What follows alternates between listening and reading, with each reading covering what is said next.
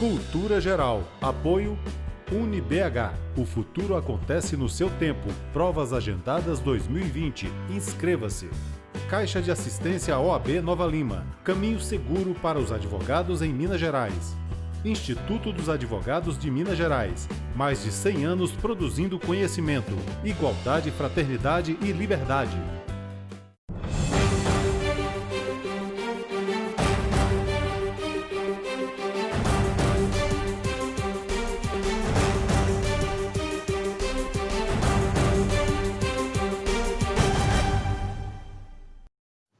Olá, sejam todos bem-vindos mais uma vez ao Cultura Geral. Sejam todos muito bem-vindos mais uma vez ao Cultura Geral. É sempre um prazer fazer o Cultura Geral ao vivo, agora nessa plataforma digital, né, onde estamos trazendo as pessoas aqui virtualmente no programa, na TV Banqueta, para a gente poder tratar desses assuntos agora do coronavírus, né, do Covid-17. Os assuntos praticamente estão todos relacionados ao Covid-17, não tem como desassociar, porque é uma crise mundial. Não se engane, né? Nós estamos aqui, é uma pergunta que daqui a pouco nós vamos dialogar aí, o Fabrício Velic.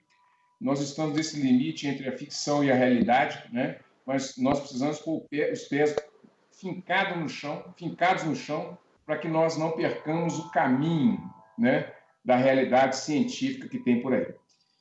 Hoje, para tratar desse assunto, um pouquinho de fé, um pouquinho de filosofia, um pouquinho de esperança, nós estamos recebendo aqui o doutor Fabrício Velic, né? Doutor em teologia, filósofo, uma pessoa de alto nível intelectual, que vem até aqui o Cultura Geral para discutir um pouquinho sobre essas coisas, falar um pouquinho também de esperança, o que a gente pode ter, como é que filosoficamente a gente precisa pensar nesses assuntos todos que estão acontecendo. Fabrício, seja muito bem-vindo, é um prazer te receber mais uma vez aqui no Cultura Geral e eu me sinto muito honrado com a sua presença. Eu que agradeço o convite, como sempre é um prazer poder dialogar sobre essas questões com você, com o pessoal que assiste a TV Banqueta, ainda mais num momento desse tão conturbado com essa pandemia que está acontecendo, essa questão do Covid-19 que a cada vez mais está se alastrando, os números estão aumentando no Brasil, então é bom, eu acho que abordar alguns assuntos, principalmente com relação às questões de fé, às questões de esperança.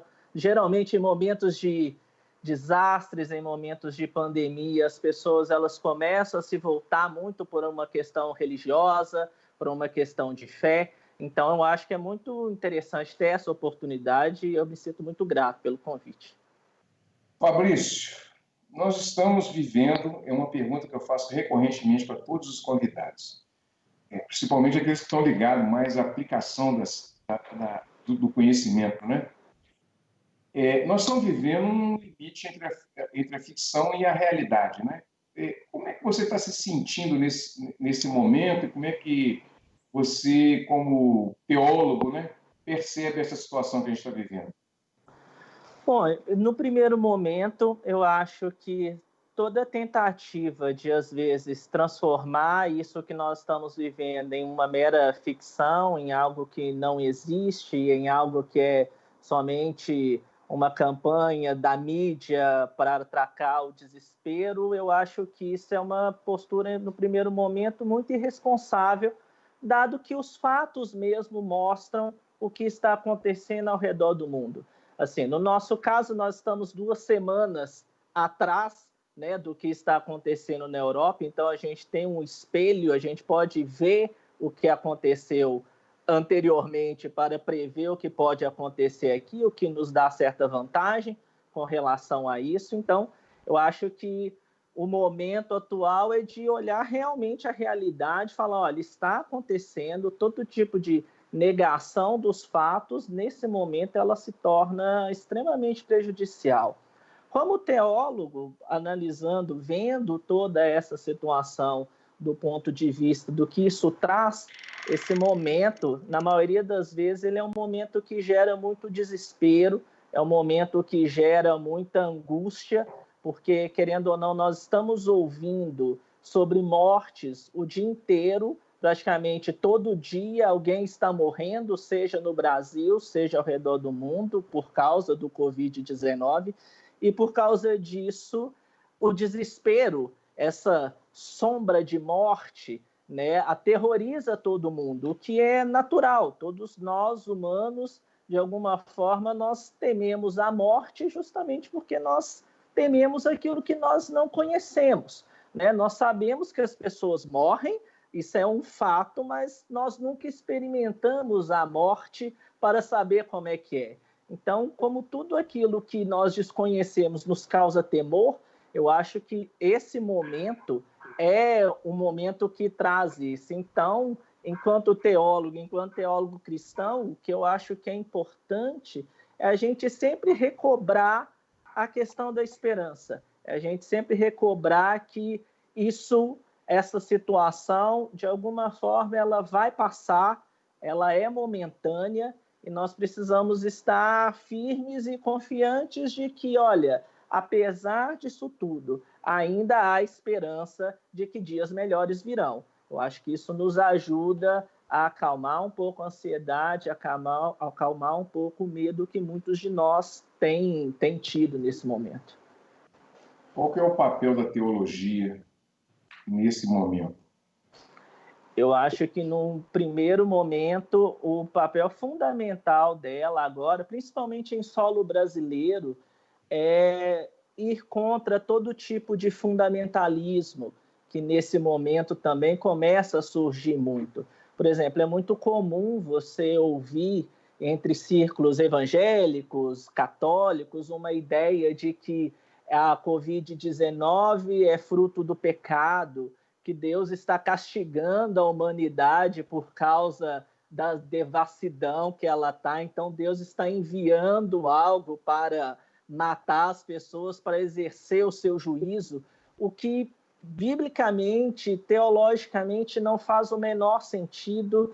Assim, os termos são usados de uma maneira muito errada, as interpretações literais são feitas de uma maneira grosseira, de uma maneira irresponsável. Então, nesse sentido, o papel do teólogo e da teóloga seria justamente esse, seria o de desmitificar e desmascarar essas mentiras que estão sendo contadas e que estão sendo colocadas na conta de Deus, né? Como se fosse assim, Deus resolveu fazer uma limpa na Terra, aí a melhor forma que ele arrumou foi o vírus. E isso soa bizarro para uma teologia cristã, e para qualquer cristão, ou qualquer religião, na verdade, não pensaria numa maneira dessa atualmente. Como é que você vê esses movimentos neopentecostais que têm exigido quase que as pessoas continuem frequentando os seus espaços, né, sem importar com aglomerações?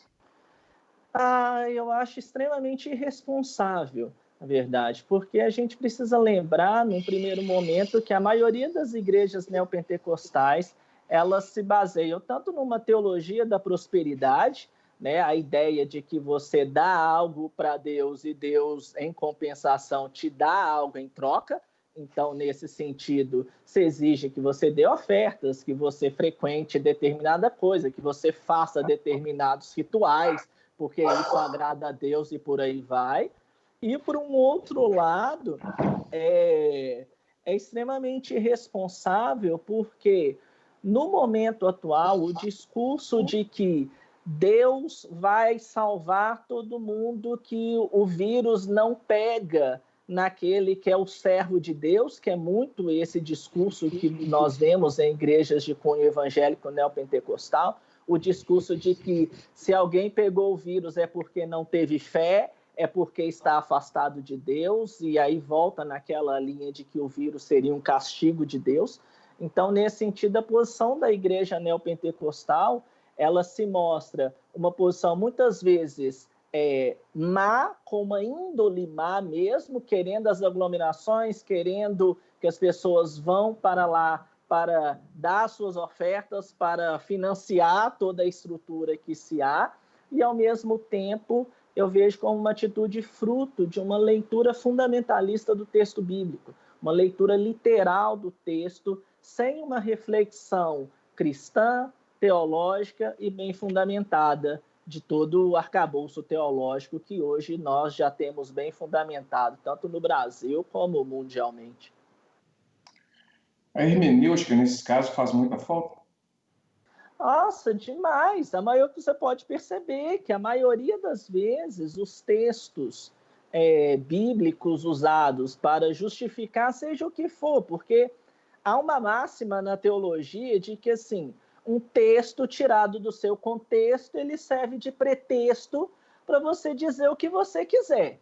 Então, você consegue justificar todas as coisas, todas as mazelas do mundo, tudo que acontece de bom e de ruim, se você forçar o texto, você tira ele do contexto e você justifica qualquer coisa.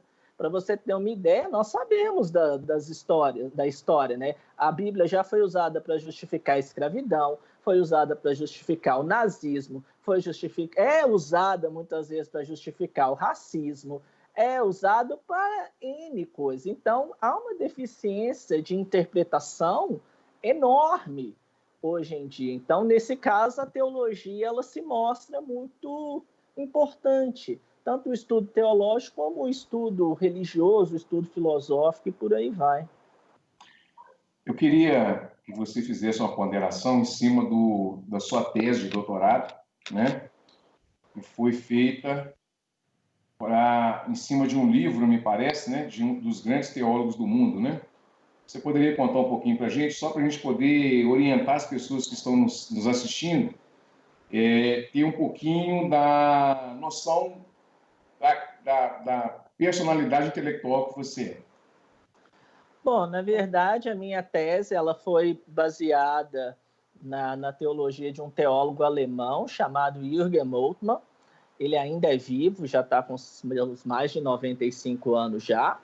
E a minha tese ela trabalhou a questão da pneumatologia, que é o termo técnico para falar da pessoa do Espírito Santo, e o diálogo interreligioso. Então, na minha tese, a proposta seria como, por meio do Espírito Santo, na teologia cristã, é possível propor um diálogo interreligioso na atualidade. Então, eu uso por base a pneumatologia desse teólogo alemão.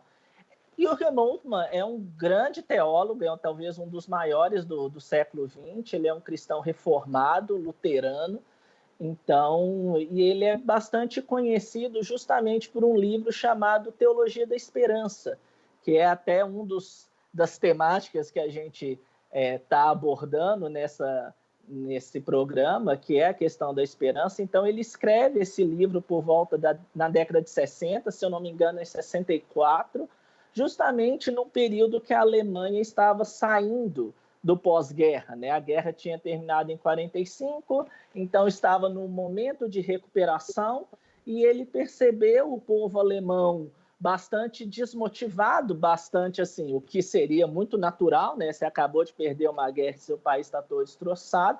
Então, ele propõe, em resposta à filosofia da esperança proposta por Ernest Bloch, ele propõe uma teologia da esperança, ou seja, e o estudo que ele faz é justamente esse, é de perceber que ao longo do texto bíblico, toda a história de Israel, toda a história do povo, seja de Israel, seja a igreja, ela é baseada na questão da esperança, de que Deus é aquele que age na história por intermédio do seu povo e, ao mesmo tempo, e esse que eu acho que é a grande questão da teologia da esperança, é que desmitifica a ideia de uma esperança meramente passiva, porque muitas pessoas têm a ideia de que esperança é somente esperar, né? Que se eu tenho esperança em Deus, então eu devo orar e simplesmente sentar na minha cadeira e esperar que Deus haja.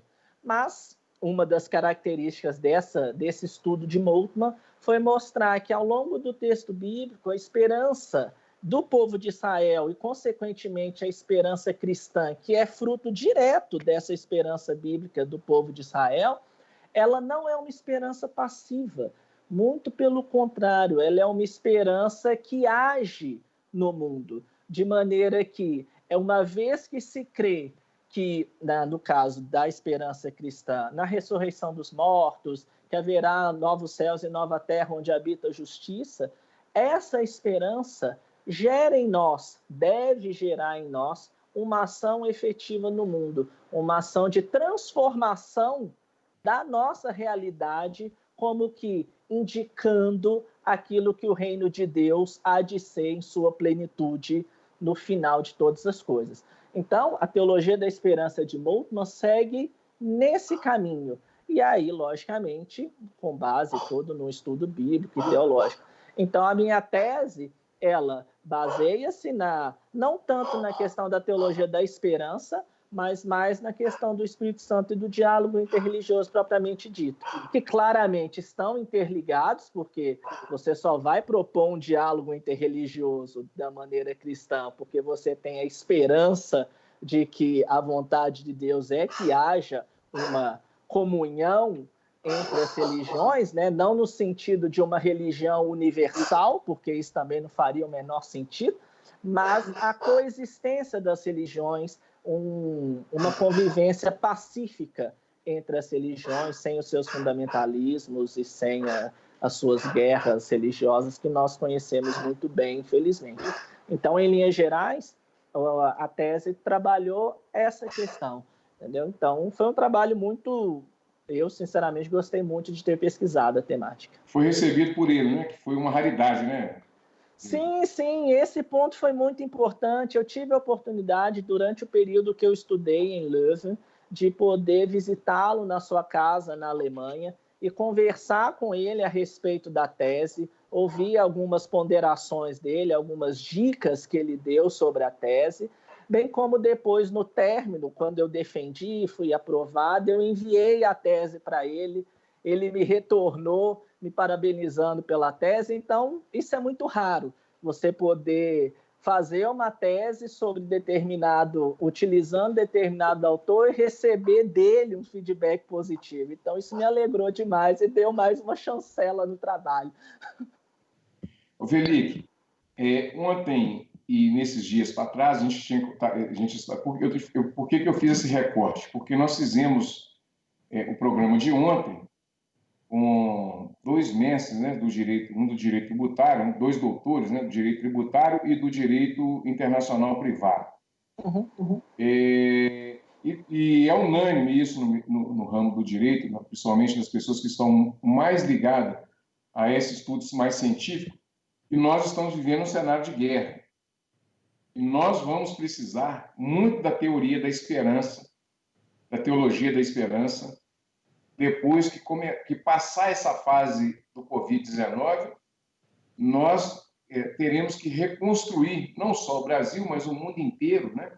Nós vamos precisar de nos reconstruirmos todos, como nação, como povos e tal.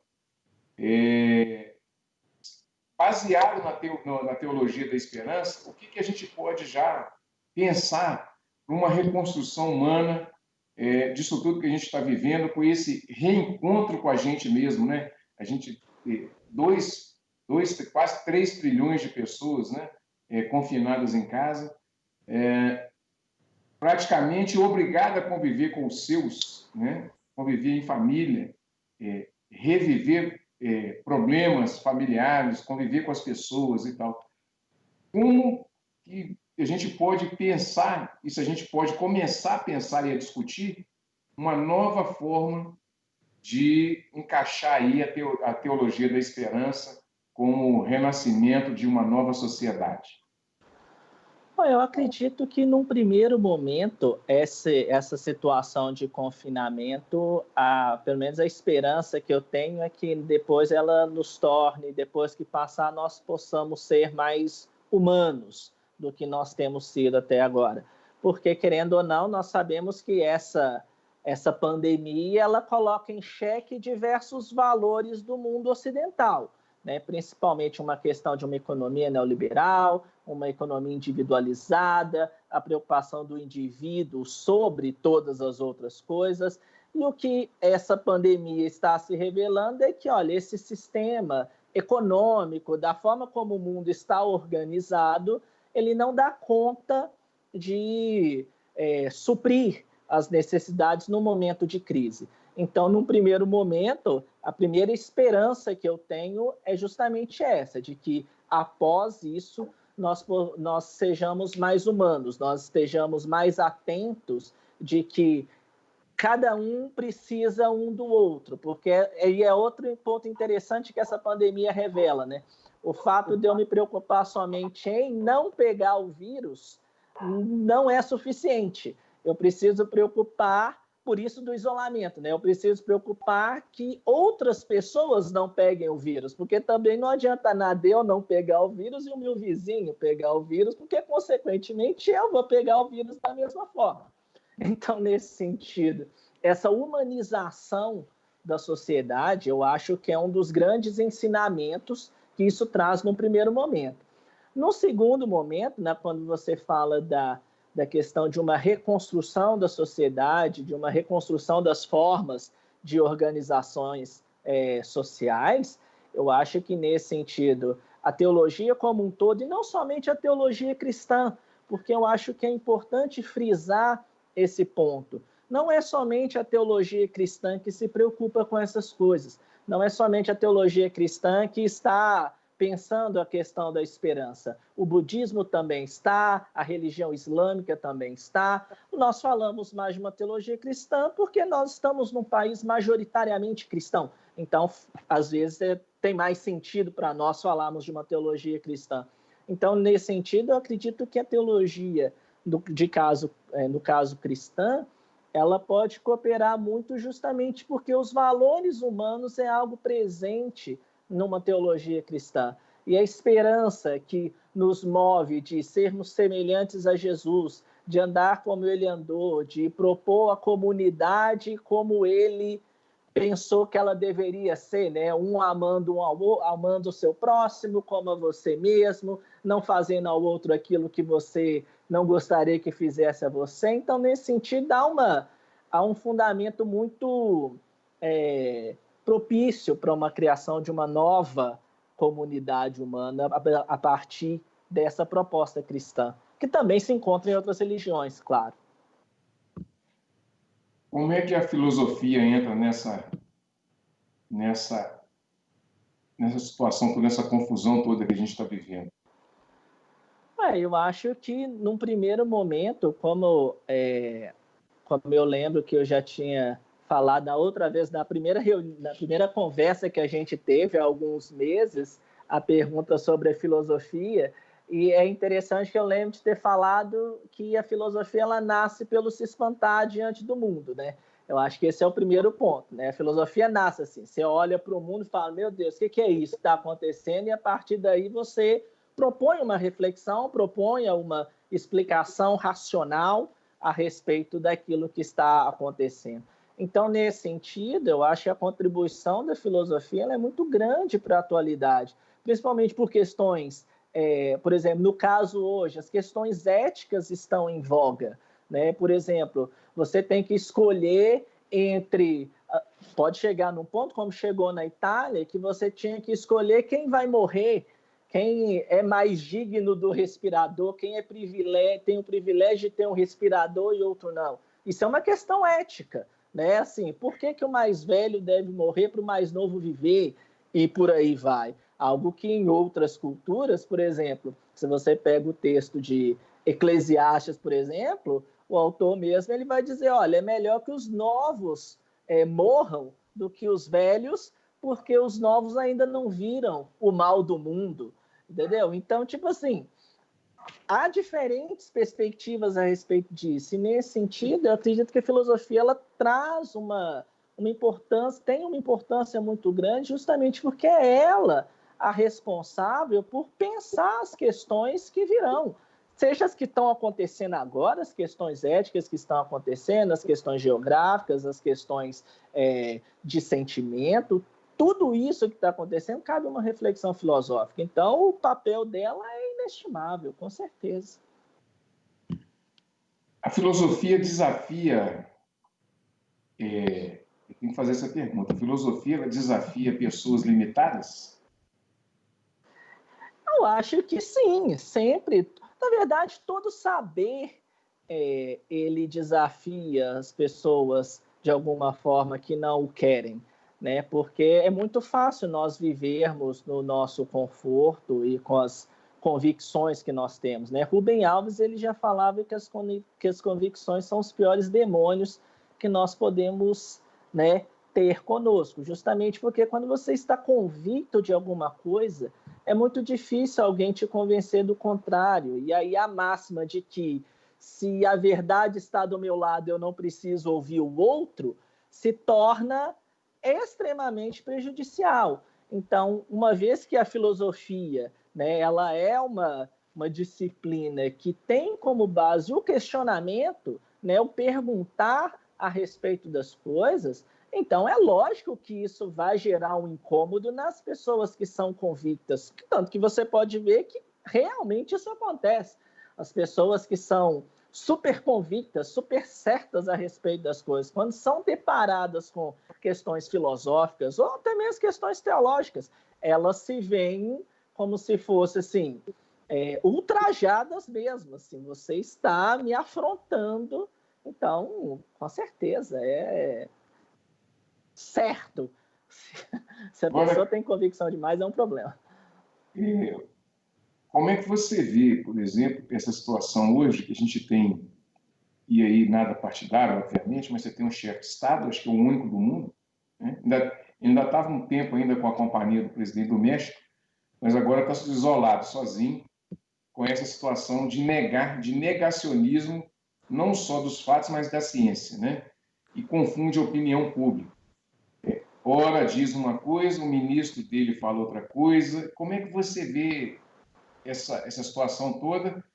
E, obviamente, que isso causa impacto, porque os seus seguidores, né, nesse processo de polarização que a gente está vivendo, os seus seguidores acabam replicando tudo aquilo que Bolsonaro fala a respeito, por exemplo, do não isolamento social, a preocupação exacerbada com a economia, quando todos nós sabemos que não existe economia sem pessoas, né? A própria economia fala, nos fundamentos da economia, que existem 3 fatores da produção, né, para que a economia possa andar, que é terra, capital e trabalho. Então, sem o trabalho, como qualquer outro fator da produção, não vai ser possível caminhar socialmente.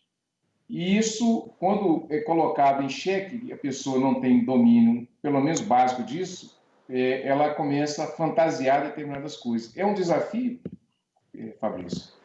É um desafio enorme, mas por ser quem representa ser. E eu acho que esse que é um dos maiores problemas, porque, por exemplo, uma questão de fato, todo mundo sabe que você, em questões biológicas, em questões de doença, em questões de pandemia, como é o que a gente acontece, o que nós precisamos fazer é ouvir os especialistas da área, né? Não adianta eu querer explicar problema de saúde da população. Eu não tenho know-how para isso, eu não estudo isso, não é minha área. Então, tudo que eu for falar a respeito do que se deve fazer vai ser baseado numa mera opinião.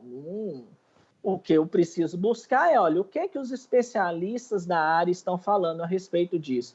Então, nesse sentido, quando você tem um chefe de Estado que, ao invés de ouvir as opiniões dos especialistas, dos cientistas, dos que podem realmente trazer soluções práticas, efetivas, concretas para a sociedade num momento desse, quando você tem um chefe de Estado que vai contra isso, isso é muito perigoso e é muito prejudicial para todo mundo, não somente para os que o consideram um louco, alguém que, tipo assim, está totalmente desconectado do mundo, mas também para as pessoas esclarecidas, porque esses que seguem essa questão de um anti-ciência, anti-vacina, terra plana, essas bobeiradas, tudo, essas pessoas que seguem isso, quando é no campo da opinião, vai lá, mas quando é no campo de saúde pública, você tem um problema muito maior, porque essas pessoas podem ser responsáveis por infectar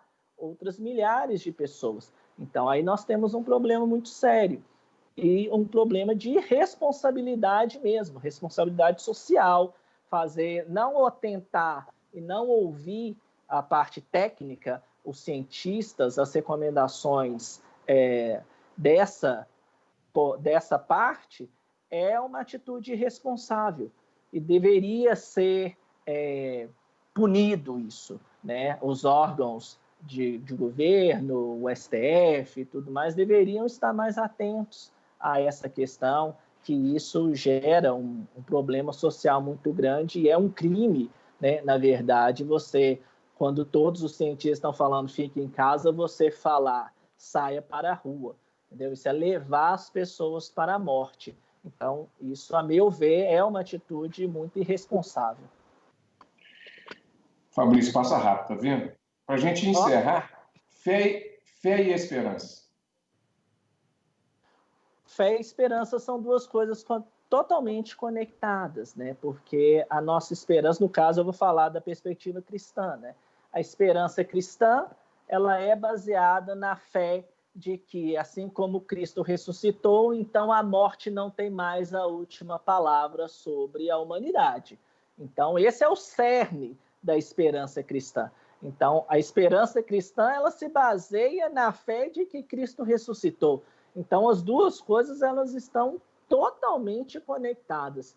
Você falar que tem uma esperança sem fé no cristianismo, fica um trem muito esquisito, e são duas coisas que andam necessariamente juntas. Qual a mensagem que você deixa para as pessoas que estão nos assistindo, para as pessoas que vão assistir depois e para o povo brasileiro? Qual é a mensagem que você deixa?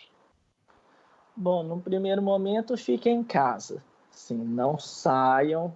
Nós estamos num momento muito complicado. A curva no Brasil tende a aumentar. Recentemente saiu um estudo da UFMG, né, mostrando a tendência do aumento da curva, do aumento dos casos nos últimos dias, nesses últimos dias do mês e por aí vai. Então, fiquem em casa. Sim. Ouçam as normas técnicas, ouçam os cientistas, o que eles falam. Isso no primeiro momento. No segundo momento, as pessoas que são pessoas de fé, sim, cultivem essa espiritualidade, cultivem a fé, no sentido de façam suas orações, leiam os seus textos sagrados. Se você é cristão, leia a Bíblia. Se você é, sei lá, um islâmico, leia o Alcorão e por aí vai. Mas cultive essa espiritualidade. Não deixe as mensagens do dia a dia, essa sombra de morte que atemoriza todos nós, não deixe isso sucumbir à sua fé, porque, assim como afirma a esperança cristã, a morte não tem a última palavra. E como tudo, isso vai passar. Então, acalmem o coração, fiquem em casa, ouçam os cientistas e exercite a sua fé. Seria isso. Só para encerrar de fato mesmo, Deus é sempre amor?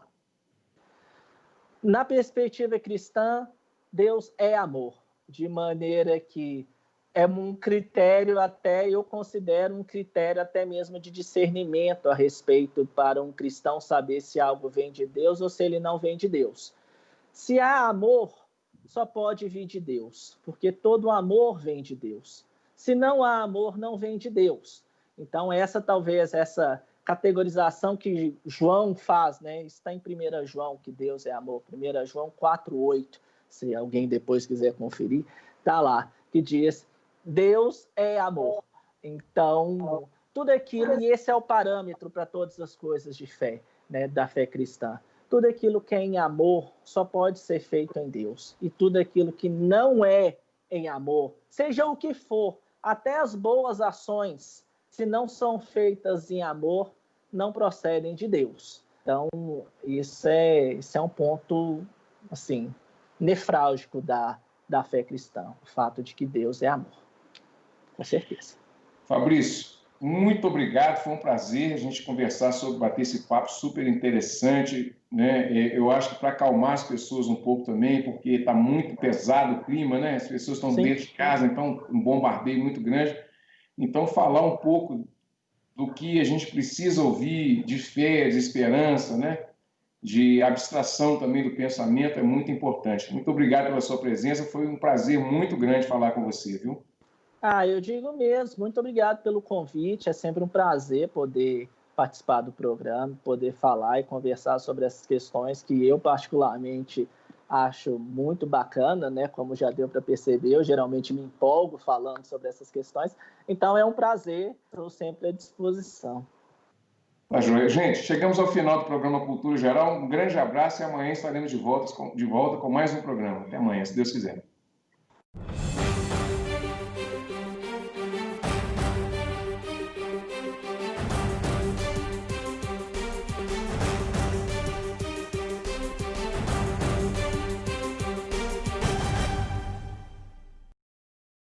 Cultura Geral. Apoio UniBH. O futuro acontece no seu tempo. Provas agendadas 2020. Inscreva-se. Caixa de Assistência OAB Nova Lima. Caminho seguro para os advogados em Minas Gerais. Instituto dos Advogados de Minas Gerais. Mais de 100 anos produzindo conhecimento, igualdade, fraternidade e liberdade.